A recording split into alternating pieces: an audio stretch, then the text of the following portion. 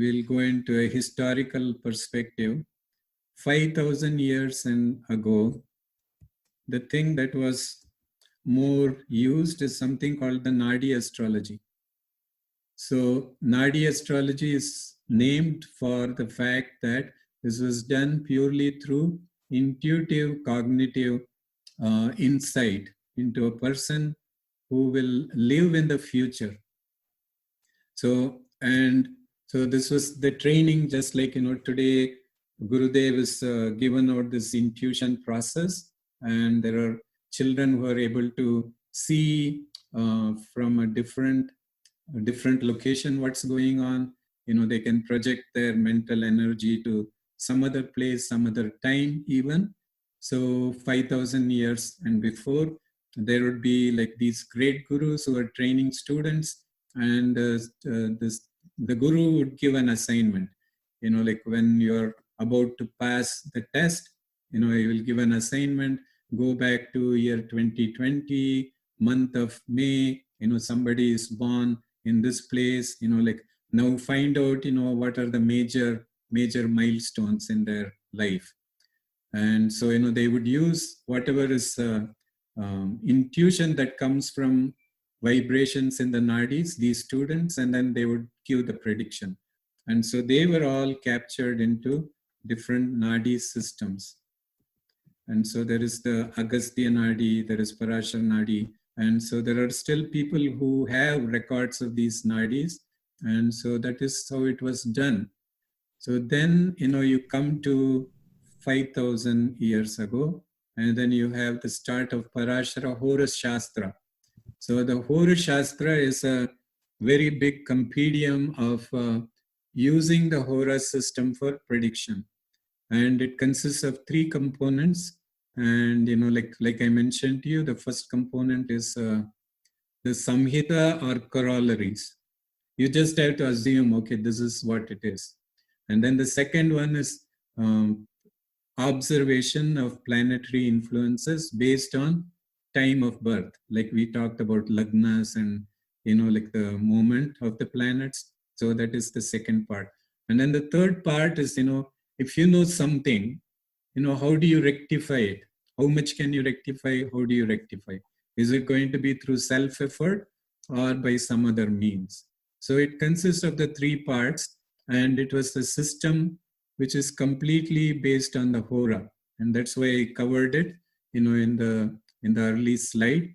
And this was given by Rishi Parashara, who is the father of sage Vedavyasa, who compiled the Vedas. So Parashara wrote the Hora Shastra, and it has been in practice in different parts, and different variations of it have been used, kind of thing. So that is 5,000 years ago. So in terms of documentation, we come to the Brihat Samhita of Varahamihira about 2,000 years ago. So Brihat Samhita borrows a lot from the Hora Shastra of Parashara, and he makes extensive quotes. So we know about the Parashara Hora Shastra because there is the Brihat Samhita. And Brihat Samhita is called the Samhita because there is a lot of recapture of re-referencing of what Parashara said in his original Hora Shastra. So it is a recapture of Parashara's system. And if there is anybody wants to, any astrologer wants to say, this is my viewpoint and this is based on something tradition, then they will quote from the Brihat Samhita. And what we can observe in the Brihat Samhita is that the third portion, the rectification, is heavy on what the royalty should do. So it is not like, what an individual person should do. It's more on what the royalty should do. So there is a lot of remedial measures for if there is a pandemic, what do you do? If there is something going on in a society where there is famine, what do you do, kind of stuff. So there is a lot of description about those. So, if you go back and see, there is the Gatika, there is Vigatika, and, this is where we go back and check, what are the units of time measurement and how were these time measurements kept? today we take for granted there is a clock, and we know down to 1 minute, we don't know down to 1 second, right? It's easy to say, like a time of birth, it was so many seconds, so many minutes. But if you go back 2000 years ago, we know that there are these parts, there this, and if you go 5000 years ago, they had access to intuitive capabilities. So, we can believe that, okay, they were able to do certain things, right? In Parashara Hora Shastra, you can say it goes down to 2-second interval kind of thing.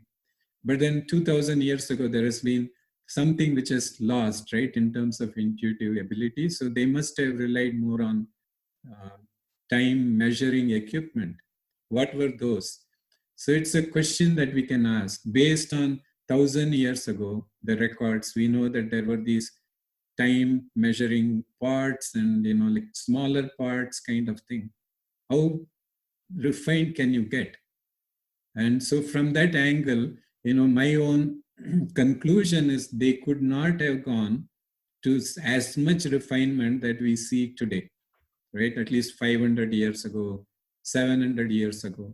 So they didn't rely so much on all these astrological prediction for individual. Today, there is a huge market for astrology prediction, right? So that is what my last slide shows. You have apps, you have, this, you have that, and you have so many details.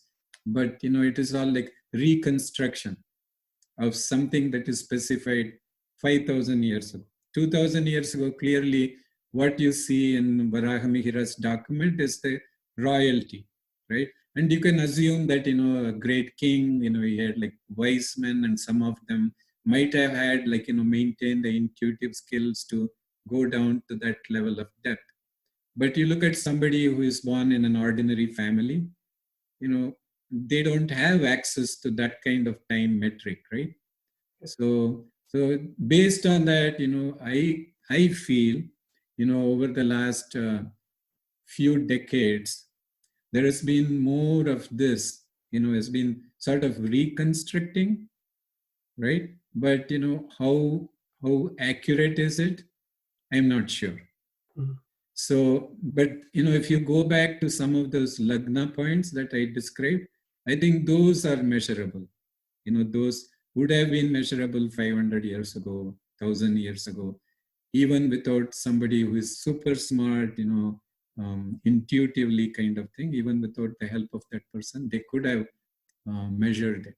So I feel there is something that has blossomed up, but we need to use a little bit of our, intellect to see how much to believe.